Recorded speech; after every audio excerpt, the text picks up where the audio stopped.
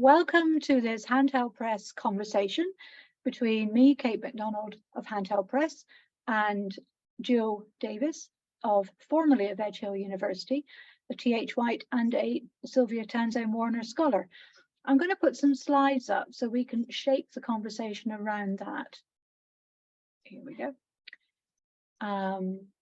There you go. So I'm going to start by just explaining what we're talking about here. So as you can see from the screen, we are bringing out a new biography. Well, it's not a new biography, it's a biography of TH White by Sylvia Townsend Warner. This was published first in 1967, and it's a biography by a novelist and a poet about another novelist and a poet. So Gill, I wonder if you could speak to that for a minute or two.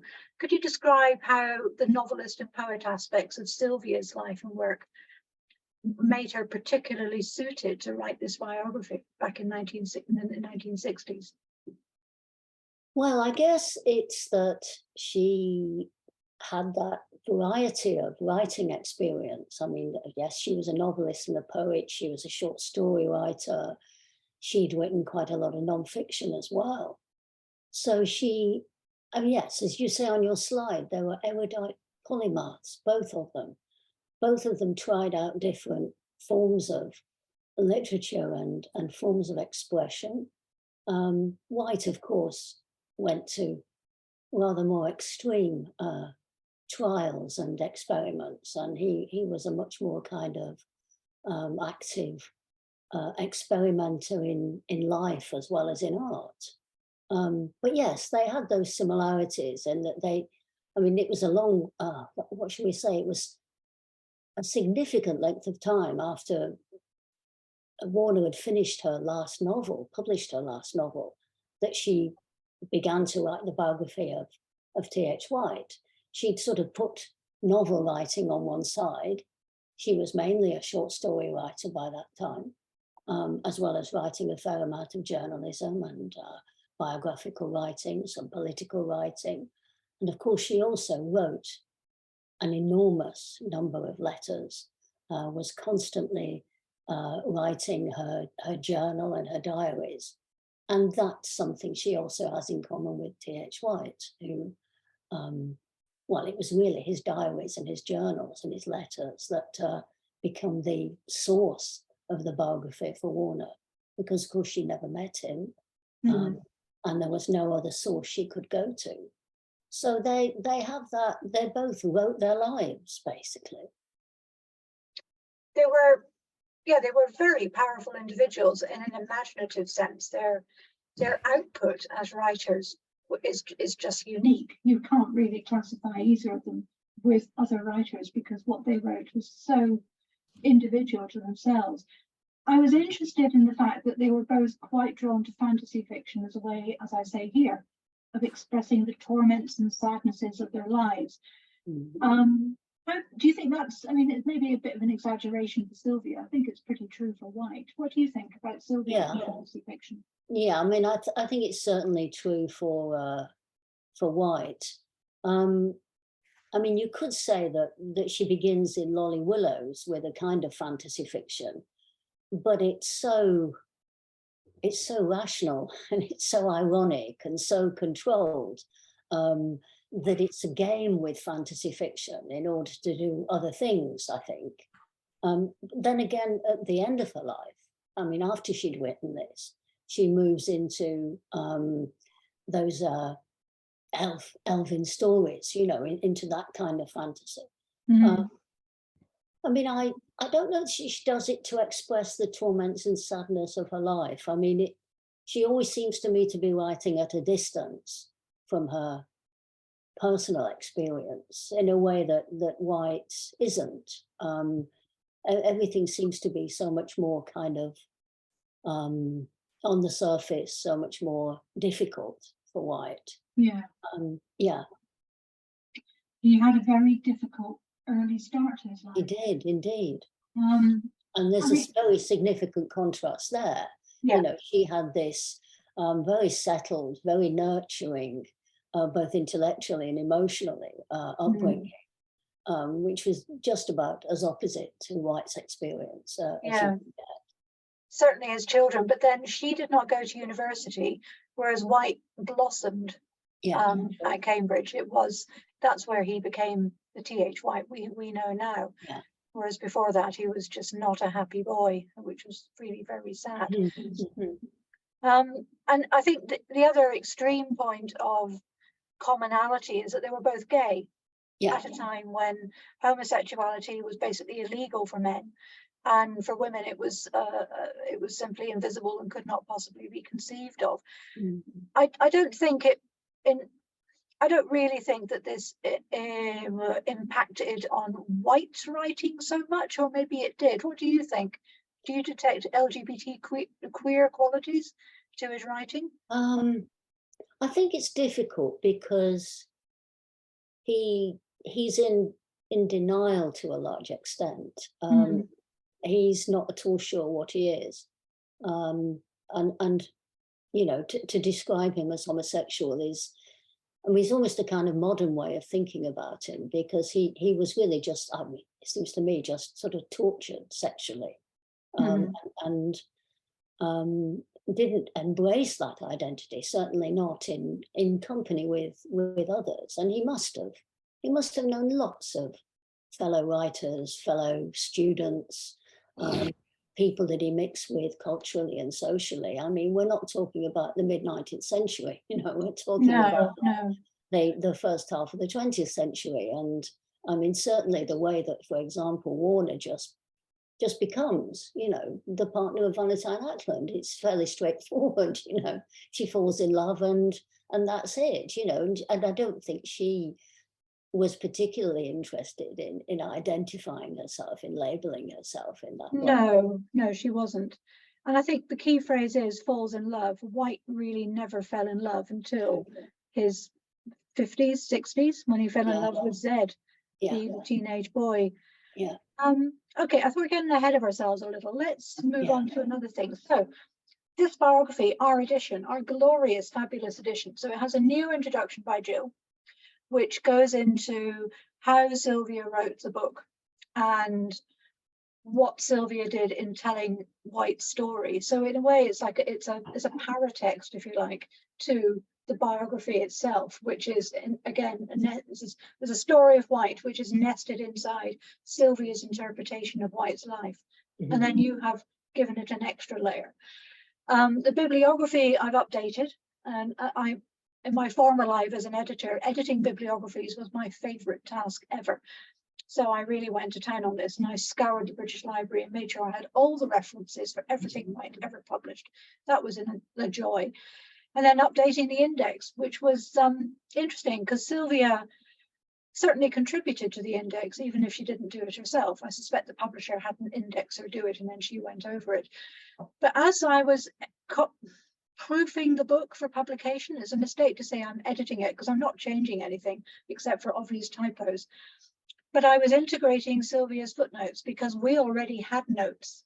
I added notes to the book at the end anyway, to explain many of the things that Sylvia did not think were worth explaining, but of course 50 years has gone by. But I was integrating Sylvia's own footnotes and her remarks into the body of the text in square brackets, just to make it simpler for the reader.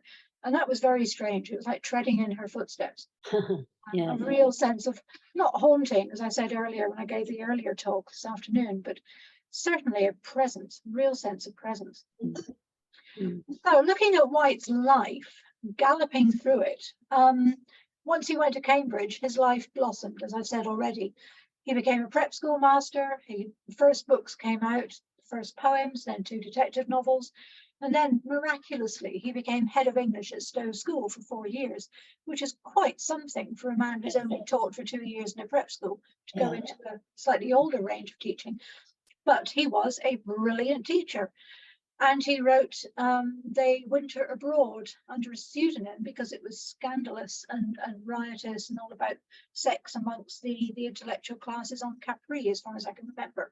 I have skimmed through it, but some time ago. And then he learned things. He learned about fast cars, he went hunting, shooting, fishing, and he learned to fly. He was a sponge for new experiences. And then we had Farewell Victoria, and all the time he's a young man struggling with sexuality. These early works, the poetry, the detective fiction, literary novel, historical novel, we definitely get a sense of a man experimenting with genre, aren't we? Seeing what he can do. Yeah. But it seems to me that, and this is one of the things that's very apparent in the biography, that he just tried everything. And that might be flying an aeroplane, it might be fishing for salmon, it might be shooting geese, but he tried everything. And that included, you know, poetry, detective fiction, non-fiction, autobiographical non-fiction. I mean, and he does this for the whole of his life. I mean, by the end of his life, he's learning how to type Braille and how to tap things out on the hands of a deaf and blind friend of his. You know, everything was a challenge. You know, he had to learn how to sail a boat, and learn a language,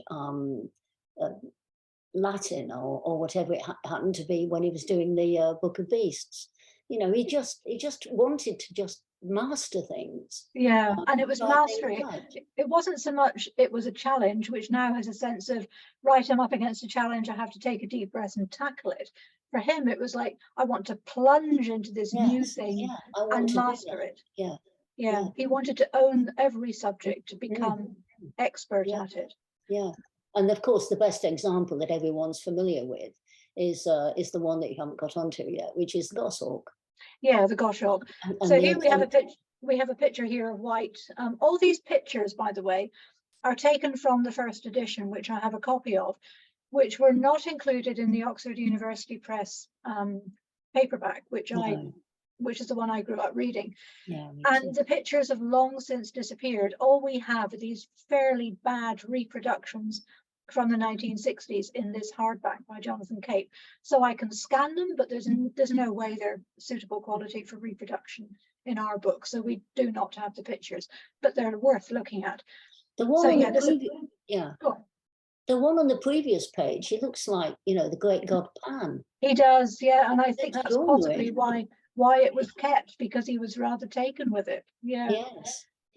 I think it's likely some of them may be in the Harry Ransom Centre at the University of Texas. I know this one probably is, because we considered it for the book cover. But when we were getting this book together, it was peak lockdown. So the librarians at Harry Ransom Centre simply couldn't get into the archives to look for me.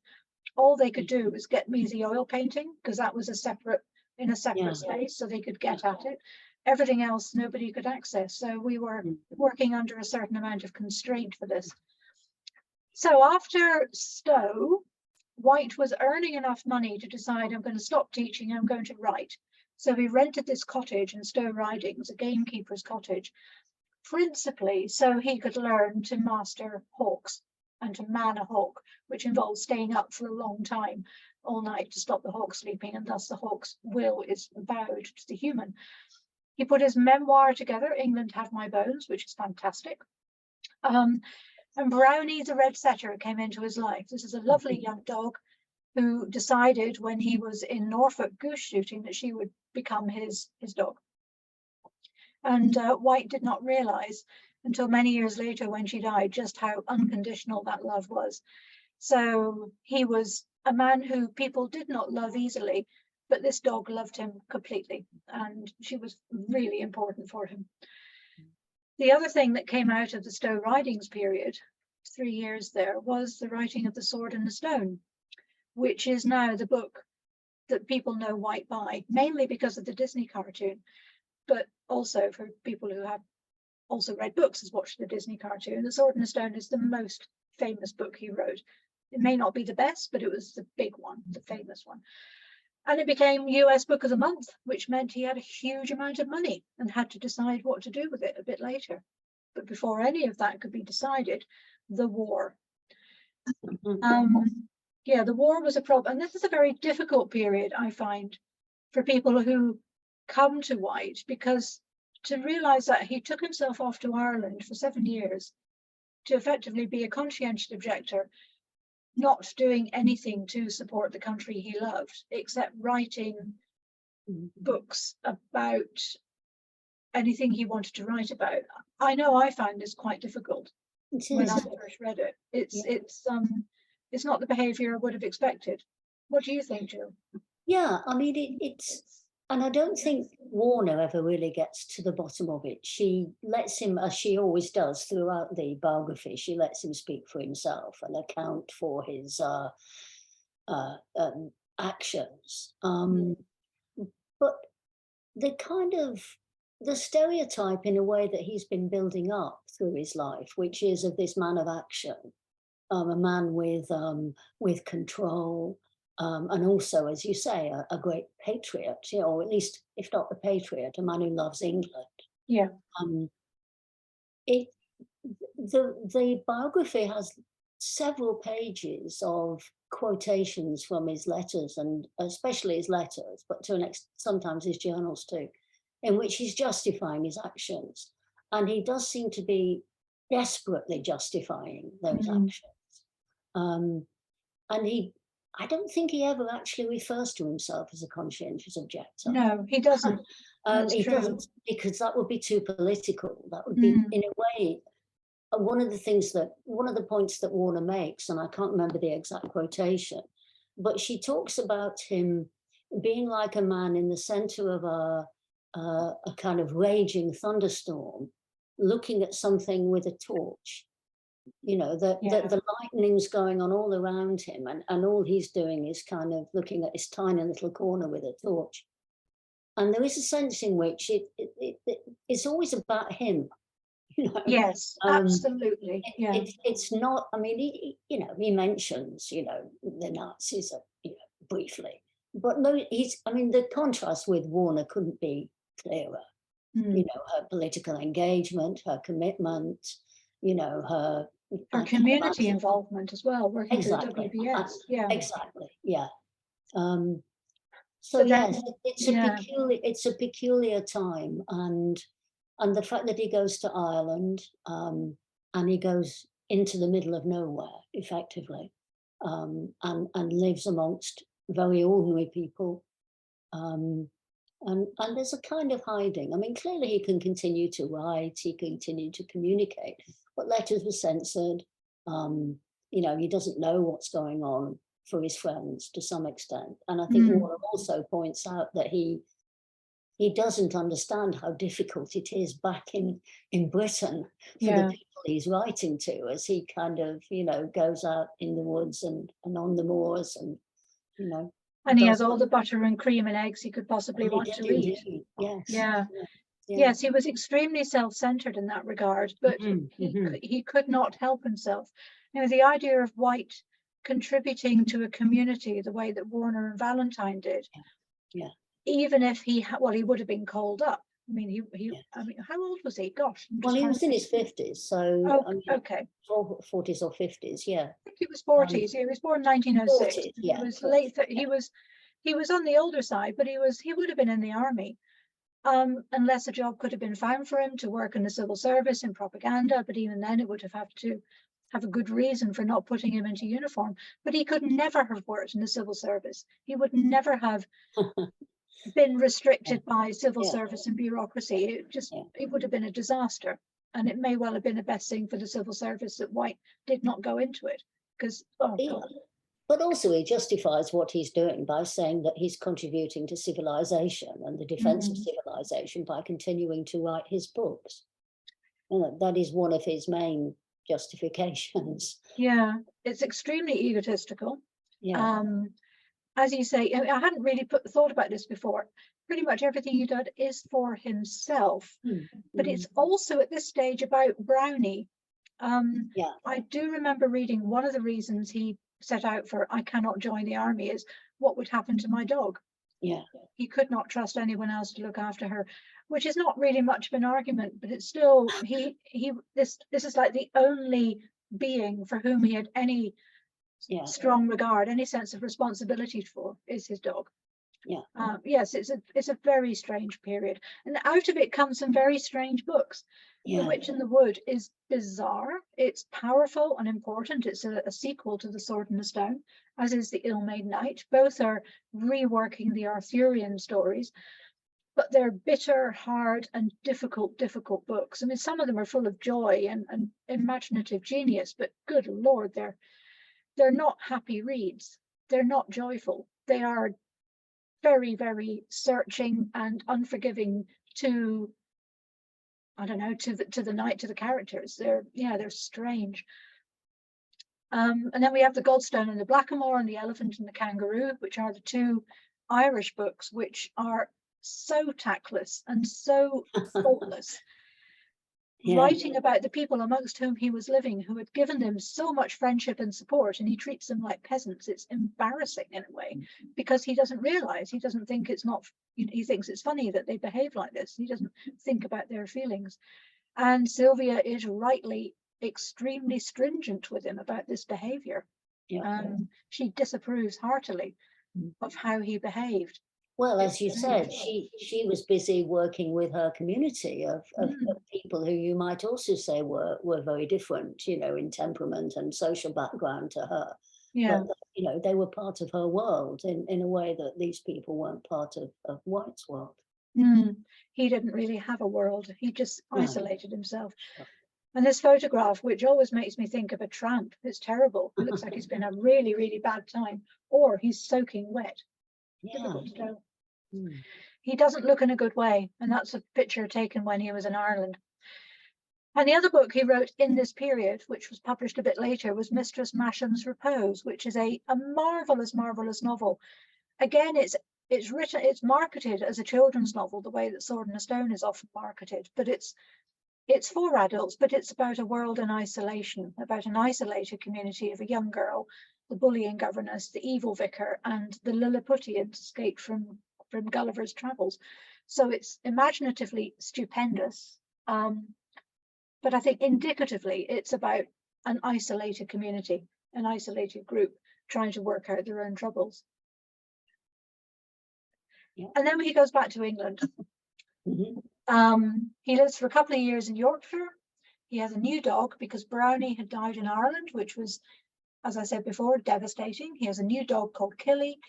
And he goes to Alderney. He realizes that because he has so much money, because Mistress Masham's Repose was also made US Book of the Month, so he's absolutely swimming in money, and he refused to pay the post-war taxes, which I think Sylvia was extremely stringent about as well. It's White's choice. He had very conservative views, but he couldn't go to America because he couldn't leave Killy. He promised Killy after Brownie died, well, before he got Killy, he promised himself once the new dog he would never let down and he would never be parted from. So he couldn't take the dog to America. So he went to the Channel Islands, which was a tax haven, and settled in Alderney for the rest of his life. And here we have the late books, the two very strange historical syntheses, The Age of Scandal and The Scandalmonger, and The Book of Beast, which is a translation of a Latin bestiary. And then we have Disney, we have Camelot and the friendship with Julie Andrews, we have The Once and Future King, he goes to America. And then he's pretty much lost and aimless, so much money, nobody to spend it on. What does he do? He travels, and eventually he dies in Athens in 1964. It's a sad life. A man who wanted to love so much and could not love and had nobody to love, and he had all the money to do anything he wanted with, but didn't really know what to do. It just desperately sad. And one of the reasons I love this biography so much is that Sylvia conveys this deep, deep, tragic level so beautifully in how she writes about him. I think also she kind of makes sense of a life that I mean, even if you just go back through the slides that you've put up, it's just messy, isn't it? I mean, it's all over the place. The interests, the genres, yes, the experiences, and yet she makes it really coherent. I mean, she creates this TH White figure, you know, who begins to make sense as you read the biography. the sympathetic way in which she writes about that life, with criticism, of course, but it is sympathetic. Mm. And what would otherwise look like a kind of, you know, great big baggy monster of a life Yes. begins to be coherent, I think. And she does that from the start. She does it by quoting his own poem at the beginning about his life and about his childhood and about the awful people who were his parents. And she says, okay, this is where it begins. And from here, you know, we can make sense of it. Yeah. And the other thing, of course, that she does is to let him speak for himself so much of the time. I mean, I can't think of another biography that is so dependent on extensive quotation from the subject, you know, to allow him to reveal himself, really. Because he's revealing himself to her at the same time, you know. Indeed. She's not met this man. No one else has. I guess Garnet spoke to her about him. You know, clearly she talked to all these other people who knew him. But as she says herself, you know, they all have their own White. You know, there's a different White for every person, including for Warner. It's an extraordinary achievement, I think, to have been able to make a coherent whole out of that life. Yeah. I think you're right about everybody having their own White, because the White I take from this book is White the academic, White the one who always relies on academic proof and refutation and provenance and so on as the foundation of statements and morals and philosophies and what he believes in and what he wants to learn. I don't really notice the rest quite as much as this is a scholar manqué. He should have stayed on at Cambridge and done research and done things like that. Let's move on to Sylvia herself. I found this photograph on the internet. Wonderful place, the internet. You can find all these things. And this is round about, I think this may be actually 1970, but she's unlikely to have changed much in appearance for these last years of her life. So in 1964, when White died, what was she writing? What was she working on at that time? Well, she'd been doing these, I mean, writing very extensively in short fiction. I mean, that was what she was predominantly doing, as well as, of course, writing poetry that she didn't publish at that point. There was that issue about not wanting to be a poet because of the problems of not exactly competition with Valentine, but with a sense of the hurt that Valentine felt if she was the more successful poet. Yeah, so I mean, later on, she brings together those two collections of stories, but at this stage, it's clear that, I mean, she says this in her letters, that it's a wonderful opportunity for her to do something completely different, and to really do some research. And travel as well. Yeah, I mean, she then spent 2 years just living with TH White and with his papers and visiting Ireland, visiting all the other places that he'd been to. And that becomes her life for a short period of time. So he kind of moved into her life and took it over. But what else was happening in her life at this time? Because Valentine's health was beginning to deteriorate. So Valentine is ill, and I think she dies 2 years after this. 69 she died, yeah. 2 years after the book was published, and then there'd been, I suppose, the kind of emotional crises in the relationship with Valentine were kind of over by then, but Valentine was being, you know, Roman Catholic and difficult, and I mean, clearly there were kind of tensions, but Warner's, I mean, she just makes this her life. She engulfs herself. She surrounds herself with Tim, if you like. Tim was how TH White was known to all his friends. So Tim is the shorthand that Sylvia uses too. So she took Tim on. She was invited to write his biography by the publisher, Tim's publisher.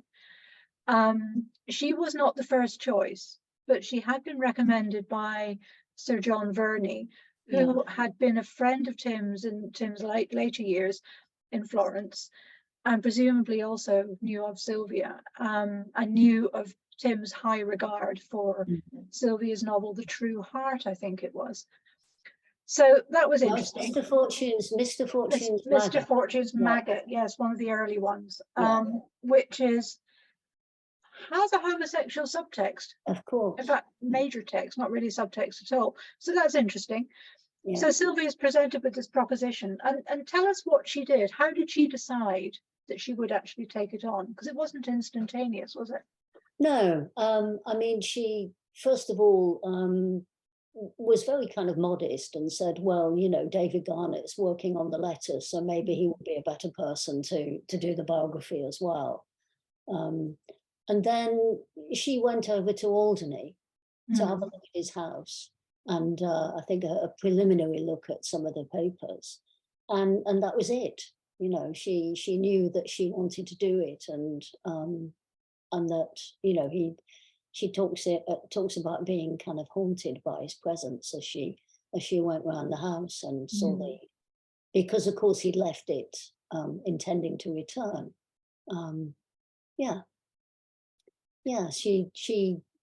She just does it, you know. It's extraordinary, really. Just takes on this colossal task. Yeah. I suppose she must have also realized exactly how much material was available, because there would have been chests and chests of it sitting in the attics. So she knew she would have material to draw on. She wouldn't need to go out and be a detective and hunt things down very much. True. But there is also the sort of slightly farcical situation of the diaries that could only be read in Dorchester Library. Can you tell us about that? Yes, White had actually put some diaries and journals to one side and given them to his publisher with a kind of strict injunction that they were not to be made public. And of course, they had to be made public in the sense that, you know, the publisher wanted Warner to see them because they revealed a great deal about White's personality. But because he was supposed to keep them, you know, as it were, under his control, he chose this kind of neutral territory of the Dorchester Library, and so that Warner went in there every day, and she talks about this kind of a strange experience of being in the reading room and reading some of these quite disturbing personal revelations, while kind of, you know, retired colonels and genteel Dorset gentry are kind of sitting in the adjacent chairs. And she found that rather amusing, I think. I can imagine. Yeah. Because it's not so much his personality that these diaries recorded, they were his sexuality writings. Yeah. I mean, I don't know. Presumably are they at the Harry Ransom Centre? I have no idea. No, I don't know either. No. But certainly it doesn't come into the biography, except that it clearly she doesn't quote from them, but it clearly informs her understanding of his personality. Yeah, extremely private material, not salacious, just extremely personal.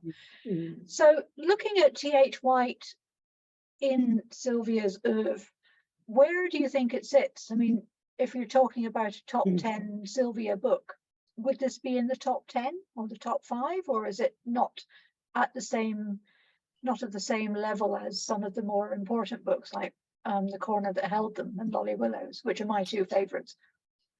Yes, I think they're probably my two favourites. Oh, good. I don't know. I think it's very difficult. I think it is a very important book. I think the first time I read it, I just thought, well, I'm not really interested in this man, TH White, but I'll read it because I'm interested in Warner. And then, yes, you realise that she's doing something very special. I mean, I think you have to, I think the kind of, if one was researching biography and life writing, it would be one of the books you'd have, you know, at the top of the list. It's a very special book. Yeah. It is quite gone. I don't think I can put it in a top 10 because, in a sense, everything she does is special. Everything is, just so, she's so good. Yeah. Yeah. It is, yeah, it is. All biographies are unique, but it's absolutely non-standard. It is, yeah. Yeah. It is linear. It follows a linear thread of narrative from birth to death, but it's way more to it than that. Yeah. And as you say, the immense amount of quotation from White, standing back and letting him reveal himself, is really unusual and very powerful. And after TH White came out in 1967, 10 years later, I think that the white papers had then gone to the Harry Ransom Centre, and I think a researcher must have been cataloguing and discovered this hitherto unknown book. Yes. Another novel, Book of Merlin, which so published 1977, and I must have my paperback version must be the first paperback. I didn't buy hardbacks at that age then, because I was working in a bookshop at the time as it happened. So I snapped it up, going, "Oh, Book of Merlin!" And I think I read this before I actually read The Sword and the Stone. This is a remarkable short fifth book of the tetralogy, The Once and Future King. And Sylvia wrote the introduction, which I did not understand a word of when I first read it at the age of 11 or 12. I haven't reread it for some years now, but what do you think Sylvia would have felt after writing all that she had to say about White's Arthurian writing and so on? And then 10 years later, good Lord, he's at it again. Tim has dropped another plum of Arthurian into the world's lap.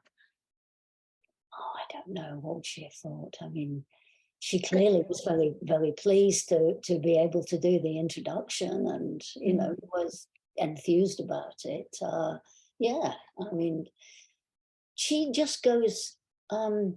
She's just able to absorb. I mean, she. What can I say?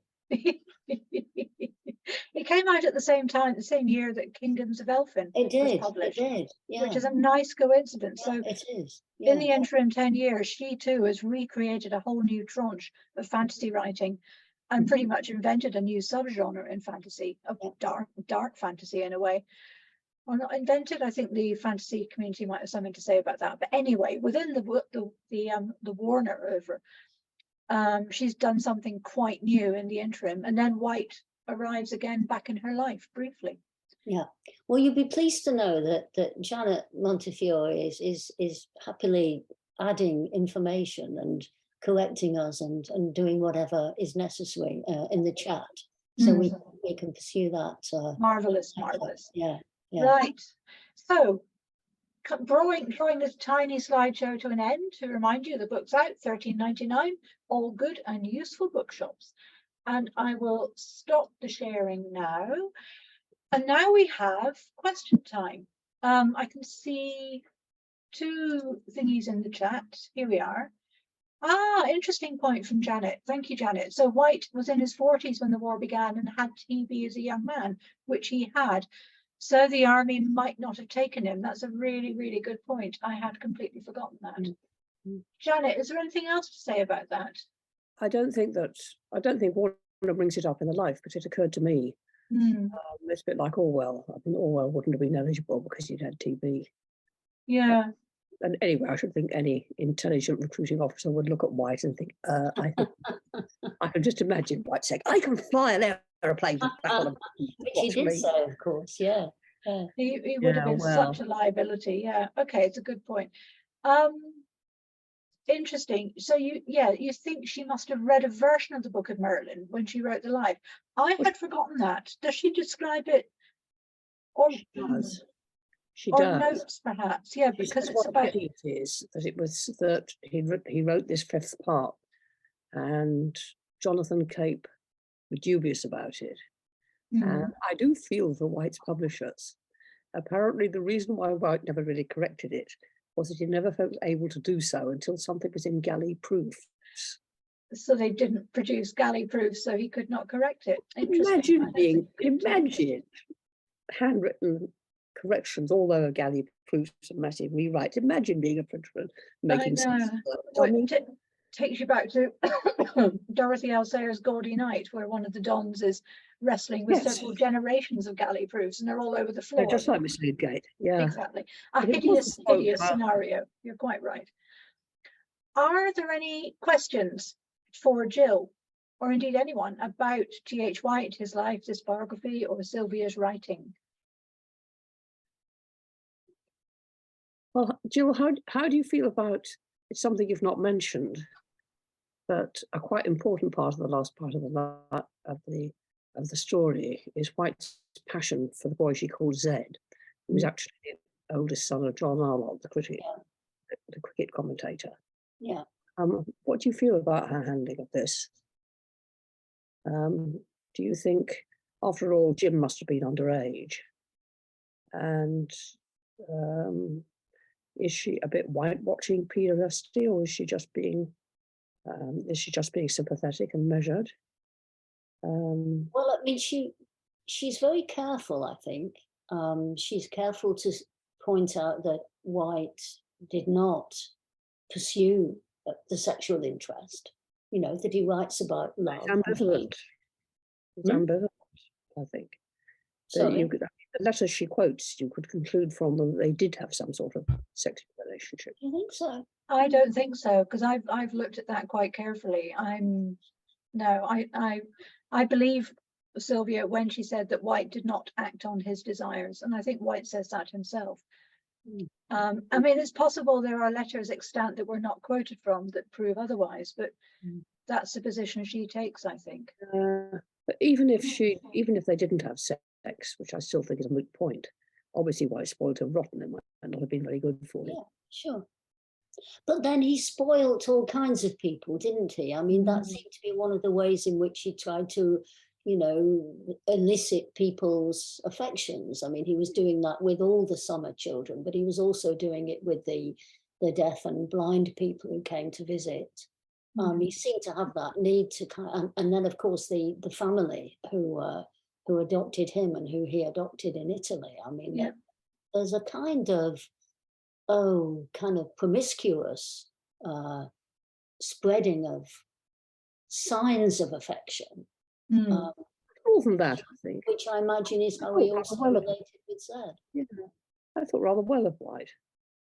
I mean, it's not everybody would give up their time and trouble to look after deaf, blind people. Oh, absolutely. Absolutely. Yeah. It wasn't indiscriminate generosity, but it was generosity like a gush of warm water to those he wished to give it to.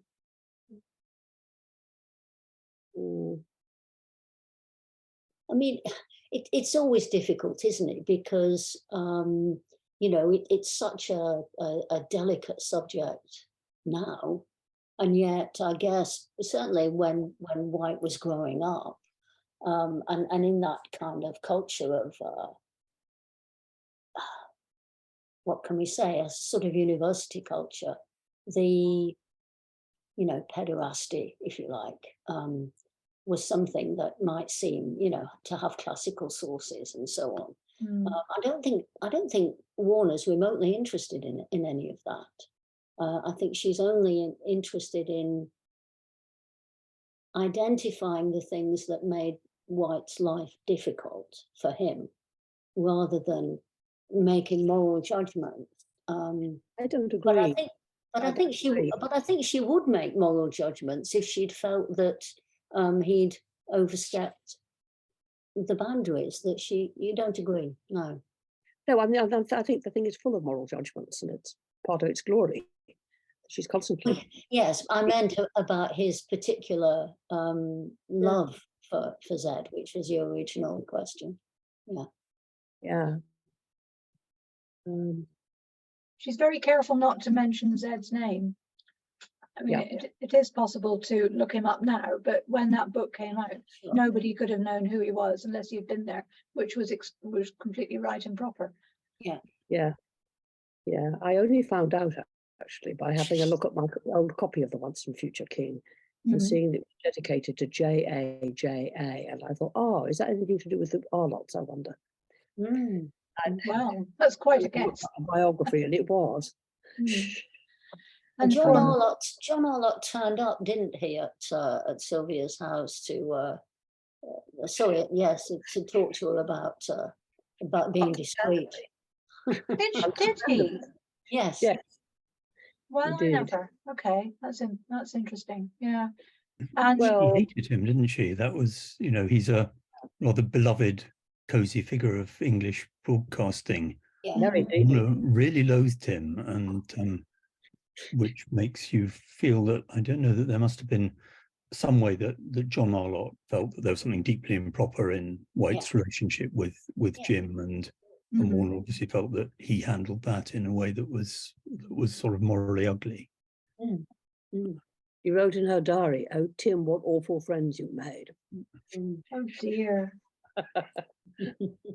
I had one thing that's sort of between a question and a comment. I was thinking how unusual it is for somebody to write a biography of one of their contemporaries who's younger than they are. Mhm.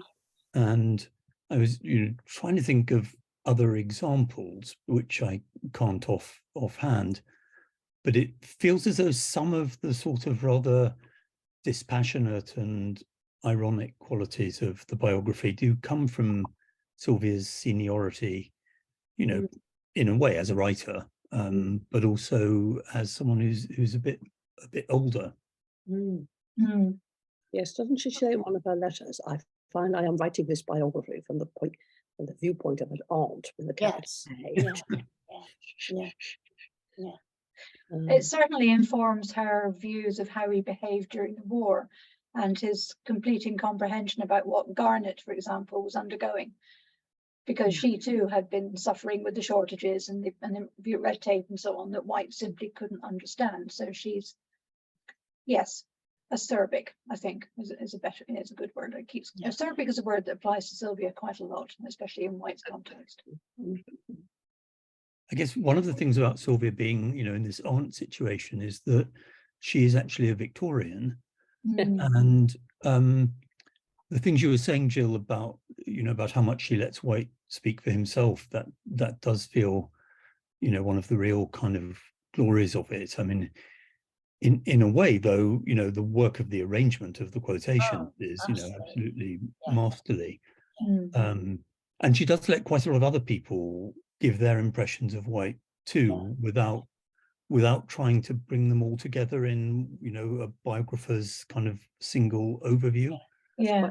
And I wondered on the Victorian side there, if this biography was really acclaimed, that one of the things that it does that's both old-fashioned and rather audaciously modern is to do the kind of thing that Victorian Lives and Letters did, whether that genre in Victorian biography, think of kind of Hallam Tennyson on his father, for instance, have massive, lots and lots of quotations, and again from lots of different sources, without the biographer's voice having to quite dominate the narrative in the way that's much more common in biographies now, I think. Mm. Yes. Yeah, you're right. Point, I haven't thought of it. And of course, she have read those biographies. I mean, she read so much. Yeah, she lets her subject speak. I love what she does with the children's contributions, because 2 or 3 sets of children are obviously been invited by Sylvia or their parents via Sylvia to say what they think about White, who they had met and who had stayed with them socially. And she treats their contributions completely straight. They are as valid and as relevant as any of the adult contributions. And she comments on the perspicacity of one girl saying, "I am not glad that he died." Yes. Which is just beautiful. It's a perceptive thing to pick up on in the first place, but also examining the sentence saying, yeah, she isn't glad, because who could be glad? It's great. I really enjoyed that part of it. But then she also, she talks to his housekeeper in Alderney. She talks to some of the people who knew him in Ireland. And their contributions are just, in a sense, as valid. Yes, absolutely. As, Sidney Cockerell and, David Garnett. And the great and the good. Yes, indeed. Yeah. Are there any other questions? Sorry, Peter. Sorry, I was just going to ask a question about, whether there were negotiations about the length of the book, because, you know, to my mind, one of the things is it's quite short, and you know, sort of feels brilliantly kind of compressed and constructed, partly with the selection of quotations. But I don't know. Yeah, I don't know whether the publishers, you know, what the negotiations were. It was the period, wasn't it, when Michael Holroyd had been commissioned to do this, you know, 500,000 word volume on Shaw, and been paid unprecedentedly for it. I was not able to find the business records and the correspondence because I was looking for the photographs. I was ransacking all the records I could find, and no archive was able to show me what I wanted. So I suspect it's all got burned or shredded somewhere. So I have no information. I don't think there's anything in her letters or journals that talks about, you know, prolonged discussions about, you know, the kind of business of publishing it. Yeah. Are there any other questions from anybody else, or indeed Peter and Jan again? I got sort of me again, but do you think that there's ways that you were talking about that interplay between, you know, Warner as a short story writer and her doing the biography? Do you think that her stories, you know, of this period and after the biography are informed by, you know, her own work as a biographer or Tim White's story? I don't know. It would be a really interesting thing to investigate, wouldn't it? To try and make those kind of bridges. Difficult though, to working on short stories and then to be carrying out a very large and sprawling project that is constantly in danger of running away with itself. Whereas a short story is compression, concision. They're quite different approaches as a writer. It's possible she felt the tension was productive, but I would find it maddening. I could not do that. The only one I have in mind to answer my own question is that story Bruno, where Bruno is the sort of toy boy gigolo who lives with Gibby in Scotland, and it's sort of, you know, beautifully done. Some of the, you know, in a way, the honest, pragmatic professionalism of Bruno, and you know, sometimes rather poignant and difficult indignity of Gibby getting older. It reminded me of the bits in the biography where Warner talks about the Neapolitan family. Neapolitan, yes, okay. Take in White and, you know, cheerfully exploit him, and he's cheerfully happy to be exploited, and it feels like it's in a way a very worldly thing in Warner, that she feels that this kind of relationship, which you could represent as being dodgy or seedy or kind of commercial, actually she finds it kind of humanly quite satisfactory. I think that's a pretty good thesis to postulate. That has a lot of potential there. I don't know the story. Yes, it's a sort of up-to-date one in that it talks about the Wolfenden report and the legalization of certain forms of homosexuality in 1967, because you know, Bruno at one point threatens Gibby with you know, with shopping him to the police, and Gibby says, well, actually do what you want, it's not illegal. My goodness. Yeah, well, it's certainly a response. Now that would be worth yes, as an anniversary for when the Wolfenden report came out, that story would be worth reproducing as a reflection on it. There can't be many of them. I have a feeling that it didn't get into the New Yorker. Right. But Maxwell felt it was going a bit far. Well, the New Yorker disguised it as sort of, you know, aesthetic questions about the narrative. Actually, Maxwell said the problem with the story is we don't like anyone in it. But, you know, that's a rather naive criterion of whether a story is any good. I think it was prissiness from the New Yorker.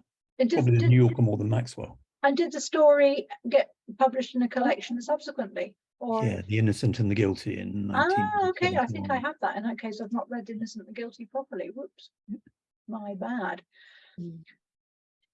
Yes, so reflect. Yes, how did writing the biography affect Sylvia? We know it affected Valentine because Frances Bingham, in her biography of Valentine, makes a point of saying that Valentine did feel quite excluded during the writing process, which would have been hard. But how it affected Sylvia herself, I'm not sure. Work could be done on that. However, I think we need to make a stop. So thank you all for attending.